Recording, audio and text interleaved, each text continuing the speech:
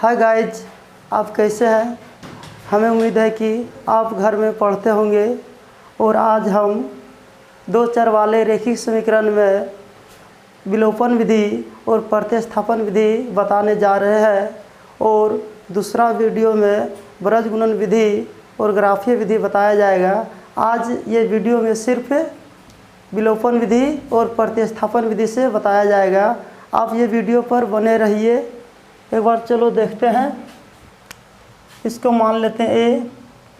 दो चर वाले रैखिक समीकरण को विलोपन विधि तथा प्रतिस्थापन विधि से हल करें। तो हम लोग पहले बनाएंगे, याद रखना है, विलोपन विधि। विलोपन विधि से, तब विलोपन विधि बनाने से पहले आप लोग पढ़े होंगे दो चर वाले समीकरण और एक चर वाले समीकरण। अगर आप पढ़े होंगे तो ये बहुत अच्छा से समझ में आएगा। ठीक है, चलो देखते हैं। इसको मानेंगे समीकरण फर्स्ट, इसको मानेंगे समीकरण सेकेंड। आप पढ़े होंगे विलोपन विधि है क्या। विलोपन विधि का दूसरा नाम है लुप्तीकरण विधि। इसका दूसरा नाम क्या है? लुप्तीकरण विधि। इसलिए या इसमें यदि किसी को लुप्त करना है, जैसे कि y को लुप्त करना है तो y का साइन देखना है, यदि x को लुप्त करना है तो x को साइन देखना है। तो इसमें हम y का चिन्ह को क्या करना है? लुप्त करना है। y का वैल्यू का मान का लुप्त करना है तो y का चिन्ह का वैल्यू देखेंगे क्या है? Plus minus. इसका एक फार्मूला होता है।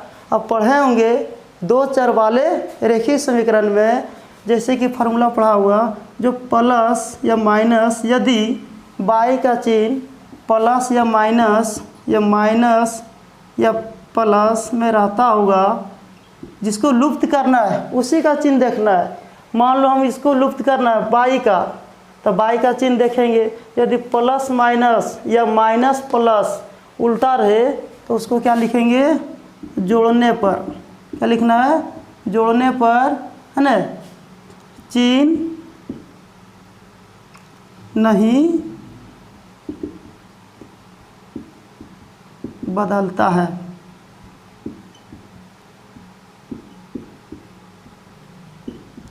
जब हम जोड़ने पर लिखेंगे तो क्या होगा? चिन्ह नहीं बदलता। ठीक है, यदि प्लस माइनस या प्लस प्लस या माइनस माइनस में रहे, यदि चिन्ह या x का साइन या y का साइन यदि समान रहे तो क्या होगा? घटाने पर होगा। किस पर होगा? घटाने पर होगा। और इसमें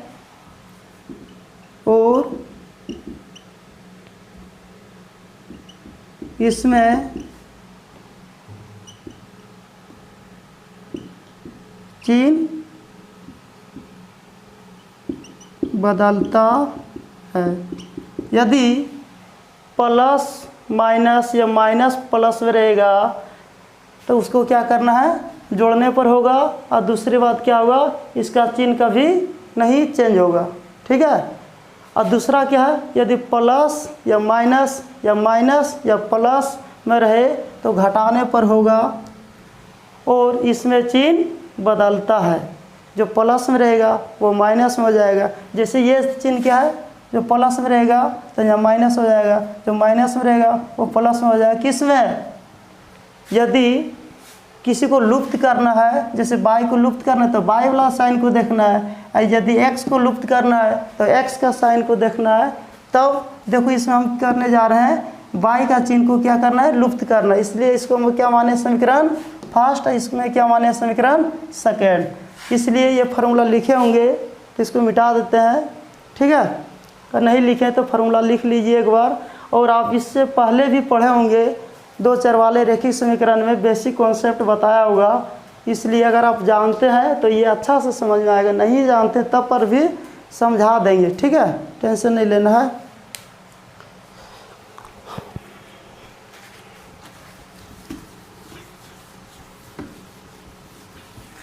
जैसे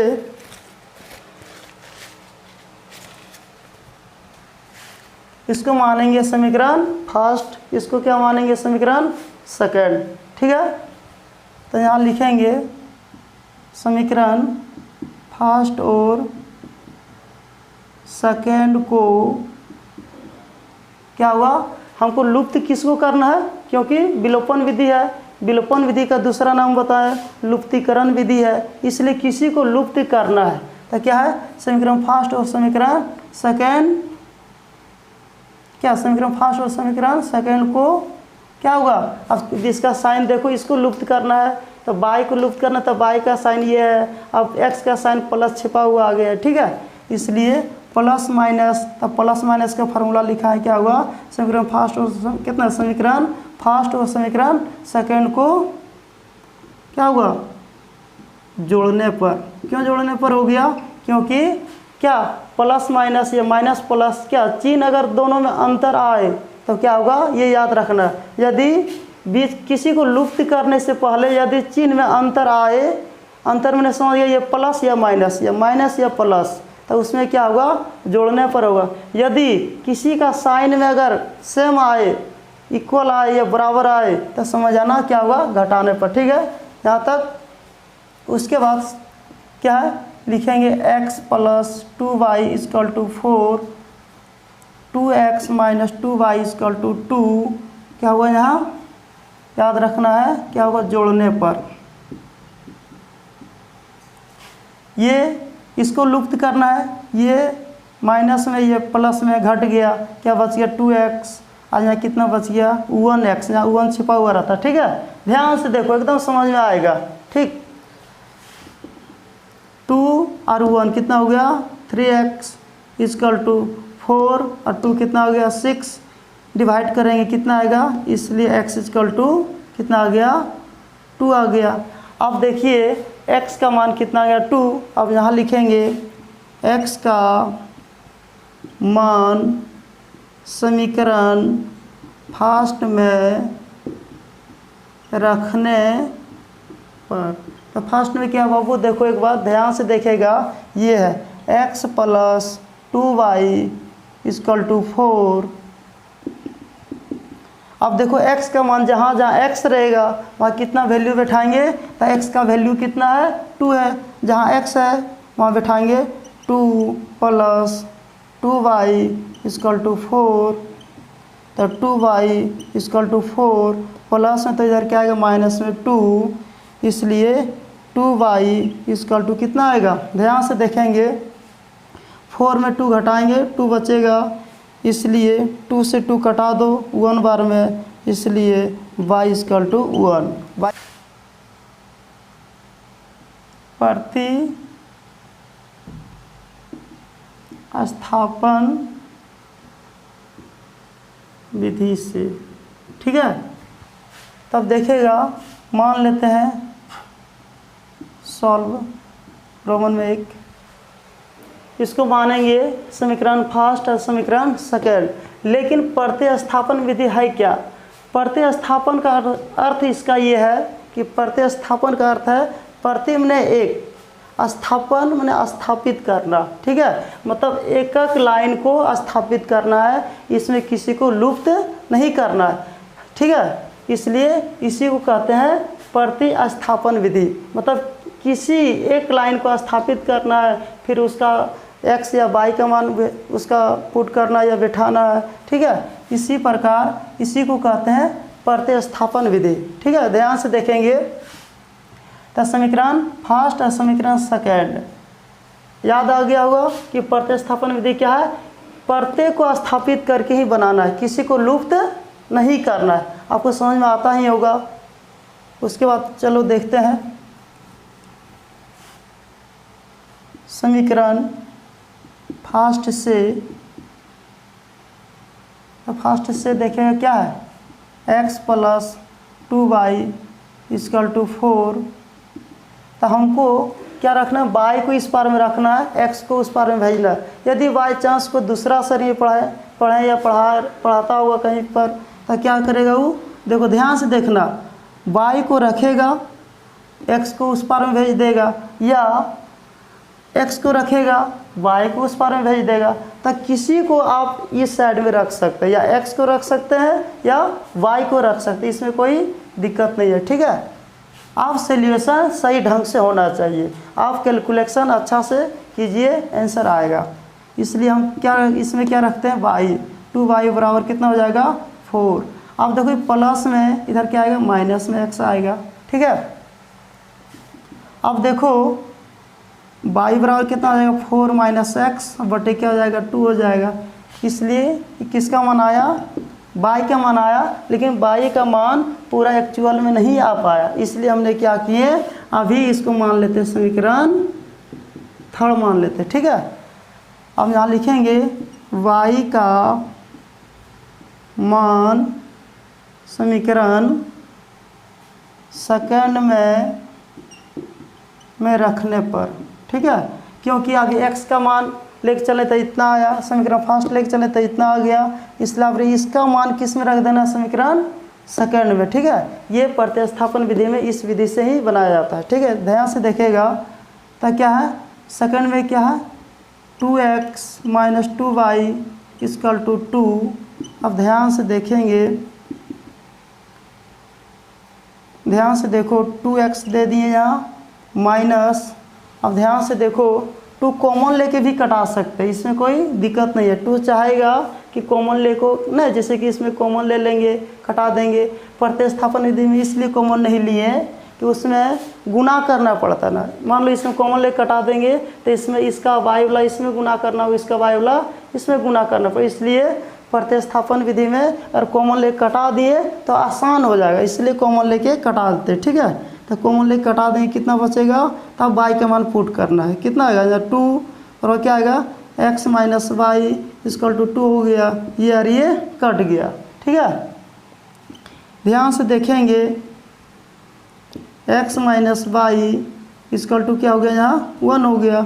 अब बताओ y का मान बैठा दो, y का मान कितना निकाले, ध्यान से देखेगा तो x माइनस वाई, तो y का मान कितना है 4 minus x y 2 equal to कितना हो गया, इक्वल टू कितना हो गया 1। अब इसको एलसीएम कैसे लिया जाएगा, माइनस को अभी किसी में गुना नहीं करना, इसको छोटी ब्रैकेट से क्लोज कर देना है, अपने मन से क्या लेना है 1 लेना है। एलसीएम लेते इधर ऊपर में आ जाओ, कितना आएगा, ध्यान से देखो एक बार, कितना आएगा यहाँ एलसीएम लेने के बाद एलसीएम 2 आएगा, तो कितना होगा यहाँ 2x माइनस कितना बार में आएगा 4 माइनस एक्स इक्वल टू 1 आएगा। अब ध्यान से देखते जाओ 2x प्लस माइनस माइनस, क्योंकि ब्रैकेट को हटाना है, माइनस माइनस क्या हो गया प्लस, कितना हो गया x, अब बटे क्या हो गया 2 इक्वल टू क्या हो गया 1। ठीक है, अब ध्यान से देखते जाओ कैलकुलेशन है, अब 2x में 2x और 1x कितना हो गया, ध्यान से देखेगा 2x और 1x, यहाँ 2x यहाँ पर है, यहाँ 1x से कितना हो गया 3x minus 4 y 2 equal to 1 by 1। अब ध्यान से देखते जाओ बाबू क्या होगा, इसमें क्या नीचे वाला गुना, जिस इसका अंश इसका हर के साथ गुना होगा, इसका हर उसका अंश के साथ गुना होगा, कितना आएगा 3x माइनस 4 इक्वल टू 2 हो जाएगा। अब ध्यान से देखते जाओ 3x बराबर कितना हो जाएगा 2, ये माइनस में ये क्या हो जाएगा प्लस में, ये माइनस में ये क्या होगा प्लस में, कितना आ जाएगा 4। अब कितना आएगा यहाँ x बराबर कितना आएगा 3, x बराबर कितना आएगा, ये दोनों को ऐड करेंगे कितना आएगा 6, कटा दो कितना आएगा 3 होगा, इसलिए x बराबर कितना आ गया 3 आ गया। ठीक है, ये x का मान कितना आया, इसमें 3 आया। अब ध्यान से देखेंगे कि y के मान सॉरी क्या है 2 बार में कटाएं तो 2 आ गया, इसलिए x का मान कितना आ गया 2 आ गया। अब यहाँ ध्यान से देखेंगे, ध्यान से देखो x का मान कितना आया 2। अब यहाँ लिखेंगे x का मान समीकरण थर्ड में रखने पर थर्ड में कितना है, ध्यान से देखो, थर्ड क्या है, ये है, तो y इक्वल टू कितना हो जाएगा 4 माइनस एक्स बटे क्या हो गया 2, इसलिए y बराबर, ध्यान से देखो बढ़िया से समझ में आएगा, टेंशन लेने की बात नहीं है। 4 माइनस एक्स का मान देखो, जहाँ x है वहाँ कितने बैठाएंगे, x का वैल्यू कितना है, ध्यान से देखो x का वैल्यू कितना है 2 है, तो यहाँ बैठाएंगे 2, अब बटे क्या है 2 है, ठीक है।